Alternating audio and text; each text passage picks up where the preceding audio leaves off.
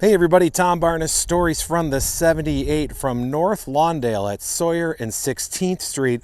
You're looking at Starling, the first building to be built along this corridor in this neighborhood in probably 70 years, and that is no joke. Starling is a community spot where they offer up areas for people to practice anything from yoga to record pop-up stores and anything in between. Really, there's a coffee shop in there called Monday Coffee. I'm going to talk to the owners and developers and the people who brought this to life. Siblings Carlos, Raf, and Carla. They started this from the ground up, built this, and as you can see, surrounded by a lot of empty land that they hope will one day be filled back in, as 16th Street used to be a major corridor here in the North Lawndale neighborhood. That is the story from the 78 now. Let's head inside where it's nice and warm. All right, so you're looking at the newly opened Monday Coffee that's inside the newly built Starling, and it is the brainchild of these three fine siblings. In front of me, I have Carlos, Rafael, and Carla. Good morning, how are you guys? Good, how are you? Thank you for being here. Yeah, so introduce your brother and sister if you would. So my name's Carlos. Yeah. I'm Rafa. And I'm Carla. So we are in this new space that is the product of your firm, correct? Yeah. Why don't you explain a little bit of that before we get into it all, if you could. Yeah, sure. So Duo, we started Duo in 2018. Duo is an innovation studio lab, and we focused on creating built environment innovations for the benefit of society. And this is, one of the manifestations of how we got around to doing that. And this building in particular was really a product of a lot of the community engagement and work that we started doing in North Lawndale in 2018 as part of the Quality of Life Plan. And since then, we stayed really involved and gave demystifying real estate development classes in the neighborhood, teaching the neighbors how they can acquire and build the over 3,000 vacant lots that are in the neighborhood. And one of the things that we kept hearing was that people wanted a place to exist. There's nothing really like this to walk to in this corner within a 20-minute walking radius, right? So a lot of the things that we heard were, just spaces to gather, replenish, learn, create. So that was kind of like the big motivation behind the building, but we also wanted it to be nice, beautiful, and cozy, have a lot of ample light, and that people could make it there, so to speak. Right. So we're going to talk about the rental model and all that in a bit. Yeah, we're going to get a little tour of the space. So I'll talk to you two in a minute here, but Carlos, why don't you talk about this space right behind you here? Yeah, so this book nook, we call it, is a great partnership with Open Books. So they do a lot. It's like a free library almost. Mm-hmm. So anybody can come here. We have a lot of kids that come here and grab books, and they can take them home. And Open Books does a great job of just refreshing the books whenever we need them. And that big pegboard was a creation we did here in-house at Duo. So it was a way to repurpose all of the OSB board that we used to cover up the board of the construction during the construction. Oh, yeah. Okay. So then we wanted to give it extra life and a permanent spot, given all its utility during the construction months. And this is the moon room, right? The moon room, yeah, and you can name it after that nice big light up there. So then the moon room is one space, and then we're looking at this other space here, but all these can be rented out individually, right? That's right, yeah, so people can essentially, like a Lego type pick their own rental. And that's when your sister's going to tell us a little bit about what this space is and how people can rent certain spots of Starling, right? Yeah, absolutely. So the way that we have the rental model available is you can rent out either specific sections of the place or the full building, depending on what you are looking to do for your event. You could also rent out some of the outdoor terraces, which we'll show you in a little bit. But it's really meant to be a way so that you can curate the space in a way that fits your event the best. So we've had people do pop-up like clothing events. We've had people do book launches where they do the book signing on one side and then a Q&A on the other side. There's been birthday parties, graduation parties, DJ sets, all sorts of fun things. And that's the terrace that you're talking about is just beyond those doors right there, right? Yep. Yeah, that's so you can rent out either just that terrace or you could rent out the sunroom that we have over here on this side and the outdoor terrace, these windows open up like an accordion, so it could really remove that barrier from the indoor-outdoor space. And you have something that I think is pretty cool. You have a podcast studio, right? You want to just give me a little peek in there? Yeah, Because absolutely. You have a meeting space as well that people can use, but the podcast studio is pretty cool. Just for anybody who's trying to do something similar to what I do, you have a space for them, which I think is just really cool that you have something like this. Yes, we definitely want to get the word out about this room. It's ready for plug and play. So if you have the software but are looking for more of the materials, the microphones, the headsets, all of that good stuff, then please come on by and you'll be good to go to record. And these are all things that you can rent. Could go to the website. Yes, you can go to the website. It's duodevelopment.org/Starling.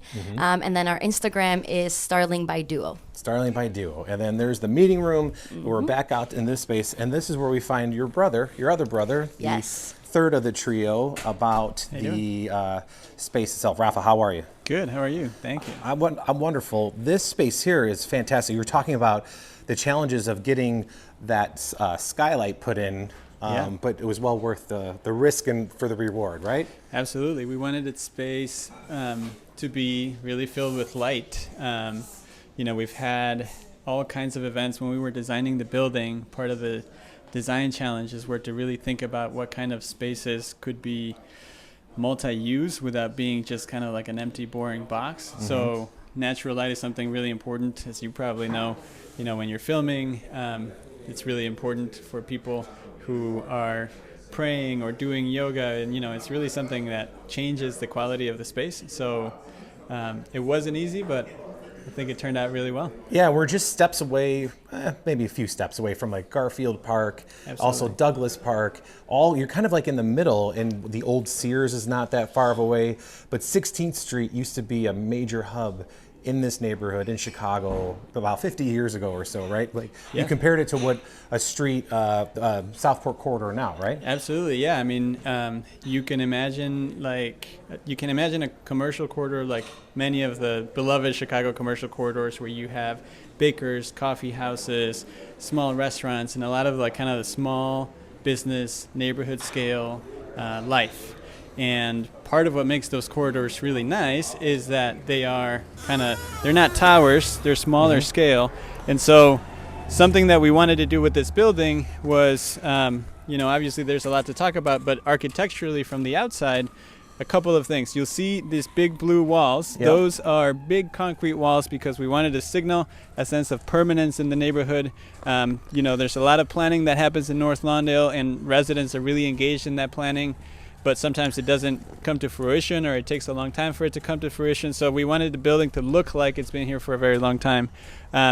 We also painted it blue to nod at a lot of the liberation movements that have happened throughout history and across cultures.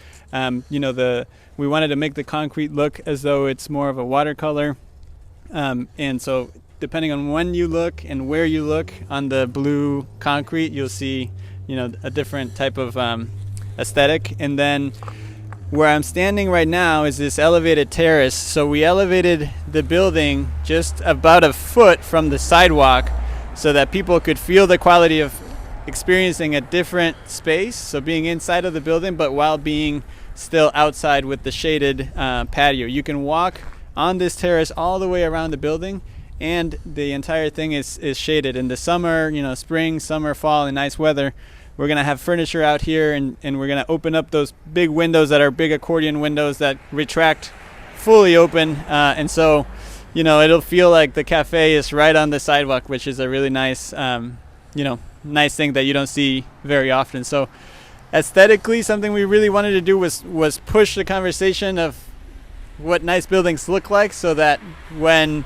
other people are building in the neighborhood, they have this as a precedent, and they can think about, if that building is modern and clean and nice, and maybe the next ones should also be of a similar quality. Right. I mean, this is the first building that, from what you were saying, probably in 50 odd years, maybe even longer than that. That was a new building construction on 16th Street here. And this is 16th Street, as you can see.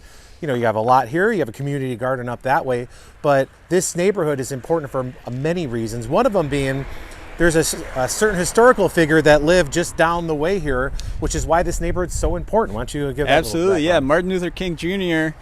Lived about 5 blocks away or so, maybe a little more, with his family for a few months in Chicago while he was advocating for things that we're still advocating for, like affordable housing, commercial buildings being built in the neighborhood.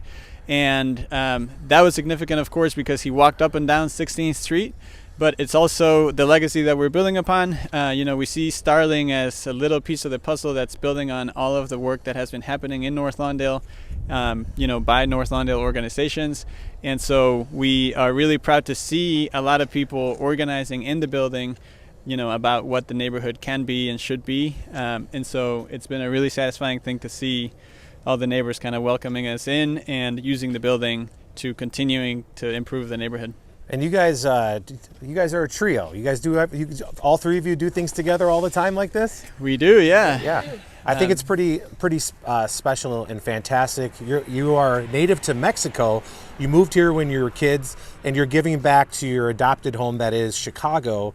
It's a wonderful thing to see. And you guys started the studio together, and you do everything together. Is that what you're saying? Yeah, absolutely. Our studio is pretty unique. We are an innovation studio. We call it an innovation studio lab because we work like an innovation lab and an art studio.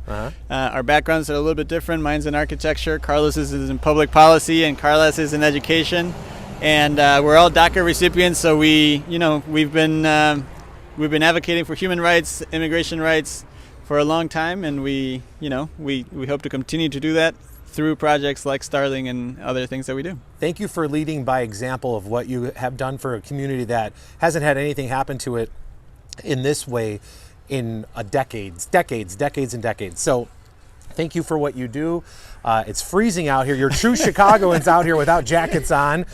Really quick though, they want to find information about you. What's the website again? duodevelopment.org/Starling. Instagram is Starling by Duo, and the Duo Instagram is Duo, and then a bunch of underscores, 10 underscores. Okay. Well, perfect. Well, go inside, stay warm. That is the story from the 78 here are we in South Lawndale? North Lawndale. Sorry, it's cold too for me. TomBarneyChicago@gmail.com if you have a story from the 78, or go to the website storiesfromthe78.com. We'll see you later. Thanks, guys. Thanks for having us.